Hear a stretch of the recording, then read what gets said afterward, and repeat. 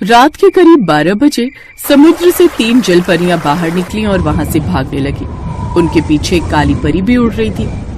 जल्दी जल्दी चलो, हमें अपनी ये जादुई छड़ी उस काली जलपरी से छुपानी होगी, वरना इस दुनिया का सर्वनाश हो जाएगा। लेकिन वो काली परी तो हमारे पीछे ही पड़ गई है। आखिर हम चले भी तो चले कहाँ? ऐसा करते इस घने जंगल के अंदर घुस जाते हैं। इसमें कोई गुफा होगी, उसी गुफा में हम लोग चले जाएंगे। तीनों उस काली परी को चकमा देकर जंगल के अंदर किसी गुफा में घुस गई। ये तीनों कहाँ चली गई? खुद को जादुई जलपरियां कहती हैं और मुझसे डर गई। मुझे किसी भी कीमत पर उनकी जादुई छड़ी चुरानी होगी और उसके बाद मैं इस पूरे संसार पर राज करूंगी, सबको अपना गुलाम बना लूंगी। काली परी उन्हें इधर उधर आसमान में ढूंढती रही, पर वो कहीं नहीं मिली। दूसरी तरफ तीनों जलपरियां एक गुफा के अंदर थी। हम लोग ज्यादा देर तक उस काली परी से नहीं छुप सकते, वो हमें किसी न किसी तरह ढूंढ ही निकालेगी। ऐसा करते इस जादुई छड़ी को हम एक बच्ची के रूप में बदल देते हैं। हाँ, ये सही रहेगा बहन। दोनों चुपके से बाहर निकली। बाहर निकलकर तीनों ने उस जादुई छड़ी को जमीन पर रखा और अपने जादू से उसे एक छोटी सी प्यारी बच्ची बना दिया। तभी अचानक आसमान में काली परी उन्हें चमकती हुई दिखाई दी। मुझे लगता है काली परी हमारे पास पहुंचने वाली है। तीनों परियां उस बच्ची को छोड़कर वहां से भाग गई। थोड़ी दूर पर एक नदी थी और नदी के अंदर ही वो तीनों समा गई। अभी तो ये तीनों यही कहीं भटक रही थी, अचानक कहाँ चली गई? आखिर कब तक बचोगी तुम तीनों मुझसे? वो छोटी सी बच्ची उसी जंगल में पड़ी रही। सुबह सुबह एक गरीब किसान वहाँ लकड़ी काटने आया तो उसकी नजर उस बच्ची पर पड़ी। कितनी प्यारी बच्ची है ये। कौन इतनी प्यारी बच्ची को यहाँ छोड़कर चला गया? जब पाल नहीं सकते तो पता नहीं पैदा ही क्यों कर लेते। मोहन ने उस बच्ची को अपनी गोद में ले लिया। गोद में आते ही वो मुस्कुराने लगी। कितनी प्यारी मुस्कुराहट है इसकी मुस्कुराहट से तो मैं अपने सारे दुख दर्द भूल गया। मैं इसे ममता के पास लेकर जाता हूँ, वो बहुत खुश हो जाएगी। मोहन अपना सारा काम धंधा छोड़कर उस बच्ची को अपनी झोपड़पट्टी के अंदर ले आया। ये किसकी बच्ची उठा लाए तुम? बच्चा चोर बन गए तुम बच्चे की चाह में। ममता, हमारी कोई संतान नहीं है। इस बात का असर तुम्हारे दिमाग पर हो गया है। कैसी पागलों वाली बातें कर रही हो? ये बच्ची मुझे जंगल में पड़ी मिली, न जाने कौन छोड़ गया था इसे। अच्छा, कितनी प्यारी बच्ची है ये, लाओ मुझे दो। ममता ने उसे अपनी गोद में ले लिया। दोनों पति पत्नी उस बच्ची के साथ खेलने लगे। वो बच्ची भी खुश थी। कहते हैं ऊपर वाला जब देता है तब छप्पर फाड़ कर देता है। ये तो बिल्कुल परी लग रही है, इसकी आंखें तो देखो। हाँ ममता, मुझे भी कुछ अजीब लग रहा है। एक अनजान आदमी की गोद में आकर इस बच्ची को रोना चाहिए। ये बेचारी वहाँ अकेले जंगल में पड़ी थी, फिर भी मुस्कुरा रही थी। मुझे तो लगता है ये किसी परी की संतान है। किसी की भी संतान हो, आज से ये हमारी संतान है। अगर इतनी ही फिक्र थी तो इसे छोड़कर क्यों जाती? फिर एक रोज वो तीनों जादुई जलपरियां मोहन के घर के ऊपर से गुजर रही थी तो उनकी नजर उस बच्ची पर पड़ी।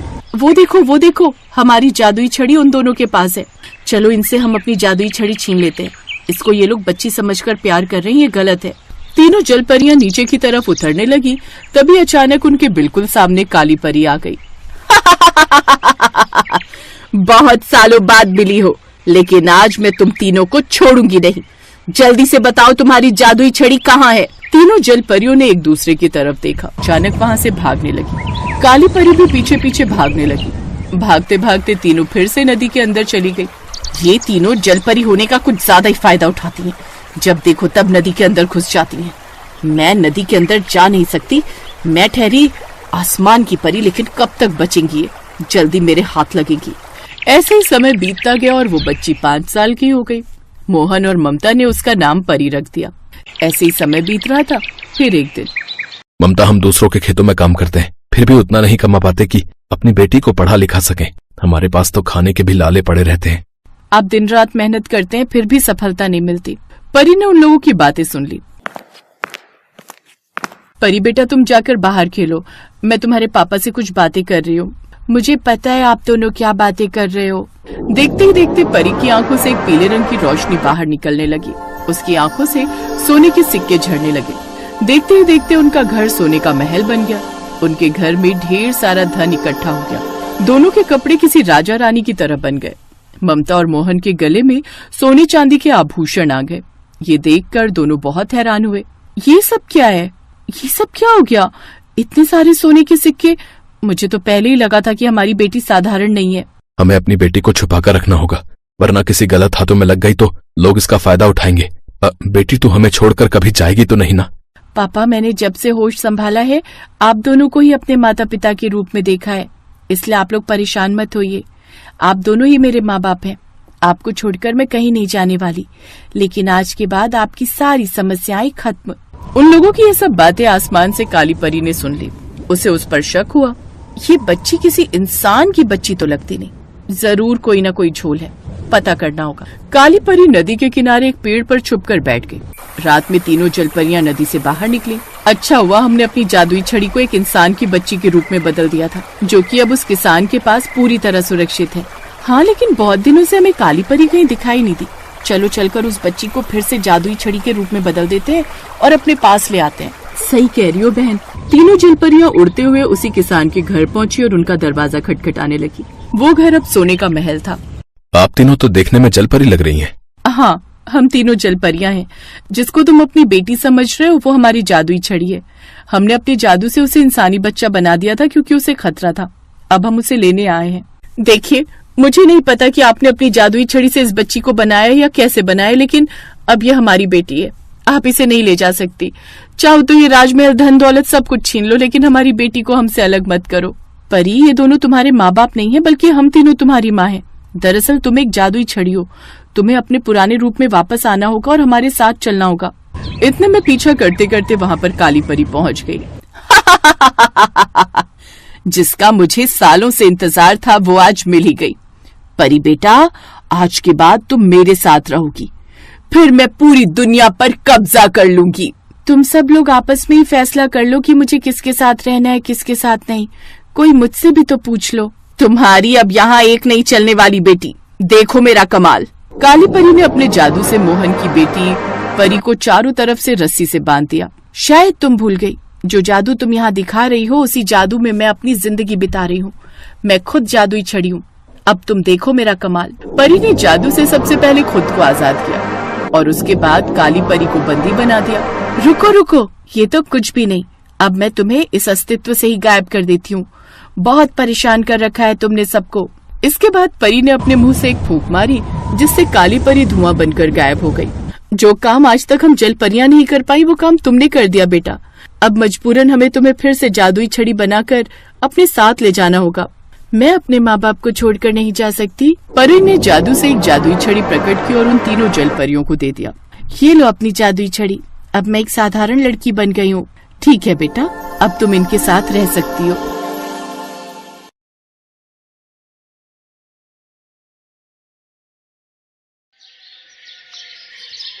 कलावती अपने दो बेटों सूरज और सुबोध के साथ जयपुर में रहती थी। उसने अपने बेटे सूरज की शादी एक बहुत ही सुंदर लड़की प्रीति से करवाई थी। प्रीति बहुत ही खूबसूरत थी, लेकिन खूबसूरत होने के साथ साथ वो घमंडी भी थी। लेकिन फिर भी कलावती उसे बहुत पसंद करती थी। देखा ना तूने सूरज, कितनी सुंदर पत्नी लाई हूँ मैं तेरे लिए। सब लोग प्रीति की कितनी तारीफ कर रहे थे कि बिल्कुल चांद का टुकड़ा है ये। तू देखना सुबोध, मैं तेरे लिए भी प्रीति जैसी सुंदर लड़की लाऊंगी। फिर देखना सब रिश्तेदार कैसे हमसे जलते रह जाएंगे। लेकिन माँ, रंग से क्या फर्क पड़ता है? इंसान का मन सुंदर होना चाहिए। चुप कर तू, तुझे कुछ नहीं पता। बाहरी सुंदरता कितनी जरूरी है आज के जमाने में, और माँ सुंदर होगी तभी तो आने वाला बच्चा भी सुंदर होगा। ऐसे ही कुछ समय बीत जाता है। सुबोध अच्छे से जानता था कि उसकी माँ उसकी शादी एक काली लड़की से कभी नहीं करवाएगी, इसलिए वो बिना किसी से कुछ कहे एक रोज अपनी पसंद की काली लड़की कोमल को ब्याह कर घर ले आता है। काली बहू को देखकर कलावती का पारा 7वें आसमान पर चढ़ जाता है। हे भगवान, ये किस काली अमावस्या को उठा लाया तू? मेरे तो नसीब ही फूट गए। अब तो सब मोहल्ले की औरतें हंसेंगी मुझ पर। ना जाने क्या कर्म किए थे जो ये कल्लो पल्ले पड़ गई। ये सुनकर नई बहू को बहुत बुरा लगता है, लेकिन अपने बेटे की खुशी की खातिर वो उस काली बहू को अपने घर में रख लेती है। ऐसे ही समय बीतता है। कोमल भले ही काले रंग की थी, लेकिन वो सर्वगुण संपन्न थी। लेकिन कोमल के काले रंग के आगे कलावती को उसके सभी गुण भी बेकार ही लगते थे। कुछ दिन बाद कलावती की ननद के बेटे की शादी थी। सब लोग उसकी तैयारी में लगे हुए थे। प्रीति बहू, तू तो शशि की शादी में कोई सा भी रंग पहन, तुझ पर तो हर रंग खिलता है। लेकिन तू काली बहू, जरा ढंग के कपड़े पहन कर जाना और अच्छे से तैयार होना। वहाँ सब रिश्तेदार आएंगे, मेरी नाक मत कटवाना। अपने इस काले रंग को लीपा पोती से जितना ढक सको ढक लेना। कलावती की आदत थी वो अपनी बड़ी बहू प्रीति और कोमल दोनों में ही फर्क करती थी। और इस बात से कोमल हमेशा दुखी रहती थी। अगर मेरा रंग काला है, इसमें मेरी क्या गलती है? मैंने कभी भी इस घर की अच्छी बहू होने में कोई भी कसर नहीं छोड़ी। उसके बाद भी प्रीति भाभी को इतना सम्मान मिलता है और मुझे इतना नीचा दिखाया जाता है। अगले दिन सब शादी में पहुंचते हैं। प्रीति भाभी, मेरी एक हेल्प करो। सोना भराई की रीत के वक्त आप कोशिश करना कोमल भाभी कैमरे में ना आने पाए, नहीं तो मेरी शादी की सारी एल्बम की फोटोज और शादी की वीडियोस खराब हो जाएंगी। चिंता मत करो देवर जी, मैं उसे आपकी घोड़ी के आसपास भी नहीं फटकने दूंगी। प्रीति भाभी, वो बुआ जी ने देवर जी के लिए सूरमा भराई रस्म के लिए भेजा है, देवर जी लगवा लेते। प्रीति भाभी, मेरे लिए जरा एक गिलास पानी मंगवा देते। कोमल, जरा देवर जी के लिए एक गिलास पानी ले आओ। कोमल को पानी लेने भेजकर प्रीति बारात की भीड़ में रस्म पूरी करके सब रिश्तेदारों के साथ फोटो खिंचवाती है। इतनी देर में कोमल आ जाती है और उसकी आंखें आंसुओं से भर आती हैं। अब मेरे पैर में थोड़ा दर्द है, मैं बारात के साथ चल नहीं पाऊंगी। मैं सोच रही थी गाड़ी में बैठ जाती हूँ। कोमल अपने आंसुओं को छुपाए गाड़ी में बैठ जाती है। अब तो कोमल रोजाना इन सब बातों से बहुत दुखी रहने लगी थी। एक सुबह, माँ जी, मैं जरा बाजार होकर आती हूँ, मुझे कुछ जरूरी सामान लाना है। घर से बाजार के लिए निकल तो आई हूँ, पर वापस घर जाकर दोबारा सबके ताने सुनने की अब मुझ में हिम्मत ही नहीं रह गई है। कुछ समझ नहीं आ रहा क्या करूँ। काले रंग से मुक्ति पाओ, गोरे होकर यहाँ से जाओ, ये कैसे हो सकता है? देखूं क्या एक बार? ये तो कोई दर्पण की दुकान दिखाई पड़ती है, हर तरफ दर्पण ही दर्पण है। आओ, माया की पोटली में सब कुछ मिलेगा। आपने वो बाहर कुछ लिखा हुआ था, क्या वो सच है? काली से गोरी कर दूंगी मैं तुम्हारी काया, नाम है मेरा माया। तुम्हें काला रंग पसंद नहीं क्या? नहीं, मुझे अपने इस रंग से बहुत प्यार है, पर मेरी सासू माँ और जेठानी मेरे काले रूप रंग का मजाक उड़ाती हैं। मैं तंग आ गई हूँ, मुझे भी सुंदर और गोरा रूप चाहिए, मेरी मदद करो। ठीक है, तो मैं तुम्हें जादुई दर्पण में भेज देती हूँ, पर एक बात याद रखना, इस जादुई दर्पण का जादू हर अमावस्या की रात के लिए समाप्त हो जाया करेगा। यदि उस रात तुम्हें किसी ने देख लिया तो उसके बाद दोबारा तुम कभी भी गोरा रंग नहीं पा सकोगी, तुम फिर से काले रूप रंग में आ जाओगी। माया कोमल को जादुई दर्पण के अंदर भेज देती है और कुछ देर बाद वो उसे वापस बुलाती है और देखते ही देखते कोमल का काला रंग गायब हो जाता है और कोमल गोरे रंग की बन जाती है। ये मैं हूँ? मुझे तो यकीन ही नहीं हो रहा है, मैं इतनी सुंदर बन गई। अब तो मेरा मुकाबला कोई नहीं कर पाएगा। सासू माँ और जेठानी जी तो देखती रह जाएंगी। आपका बहुत बहुत धन्यवाद माया जी, मैं आपका ये एहसान कभी नहीं भूलूंगी।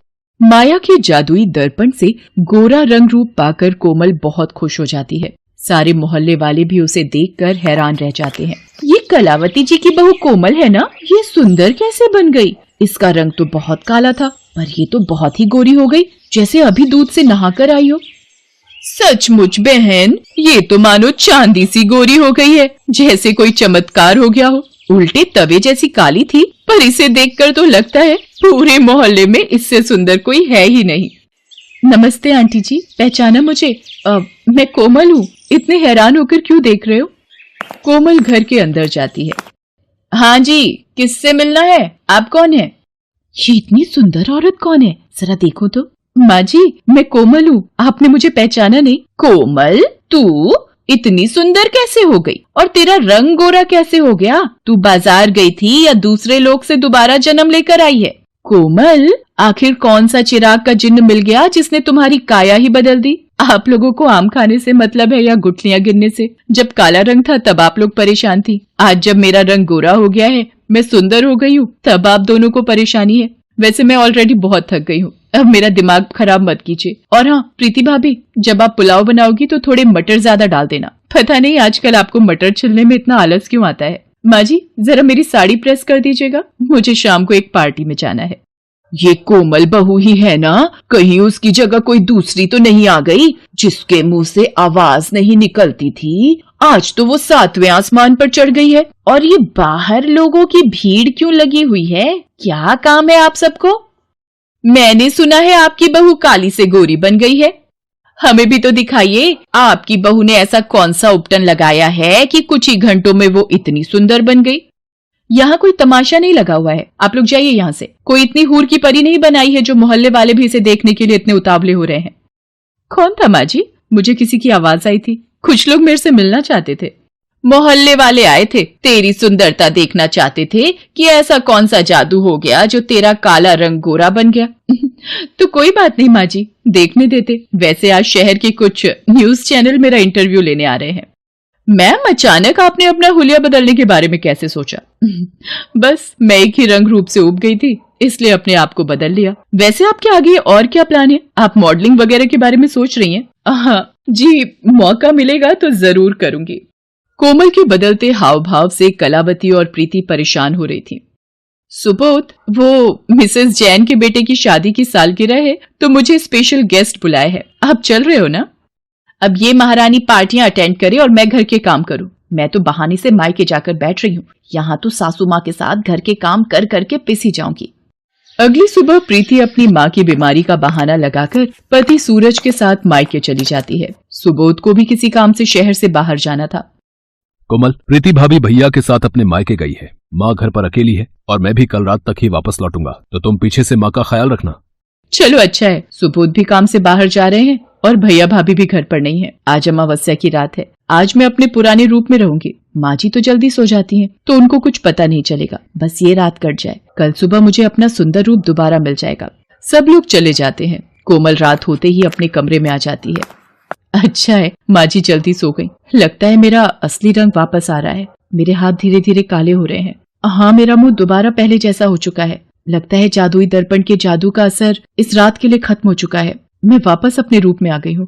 अब सो जाती हूँ, सुबह होते ही मैं ठीक हो जाऊंगी। अरे ये तो माँ जी आवाज लगा रही हैं। कोई परेशानी तो नहीं है? माँ जी, माँ जी, हे भगवान, सीने में दर्द। आह कोमल बहू, लगता है माँ जी की तबीयत खराब हो गई है। मुझे इन्हें अस्पताल लेकर जाना होगा। कोमल कलावती को ऑटो में बिठाकर जल्दी से अस्पताल लेकर पहुंचती है। कुछ वक्त के पश्चात कलावती की हालत में सुधार आता है। कलावती को अस्पताल लाने के चक्कर में कोमल ये भूल जाती है कि उस दिन अमावस्या की रात है और उसे अपना असली रूप मिला हुआ है। कलावती कोमल का असली रंग रूप देख लेती है। कोमल रोकर कलावती को सारी बात बताती है। मेरी प्यारी बहू, गलती तो हमसे हुई है। तेरा तो मन बहुत साफ है। तू तो मेरी जान बचाने की फिक्र में सब कुछ भूल गई। तुझे तो ये भी याद नहीं रहा कि यदि किसी ने देख लिया तो तेरा जादू छिन जाएगा, दोबारा कभी नहीं मिलेगा। और इस सब का कारण मैं बनी। माँ जी, आपकी जान से बढ़कर मेरे लिए कुछ भी नहीं है। आप हो तो सब कुछ है। उस दिन के बाद हर कोई कोमल की तारीफ करता है। कोमल को भी समझ आ गया था कि दर्पण सिर्फ ऊपरी सुंदरता बयान करता है और जो व्यक्ति मन से सुंदर है उसकी हर जगह प्रशंसा होती है।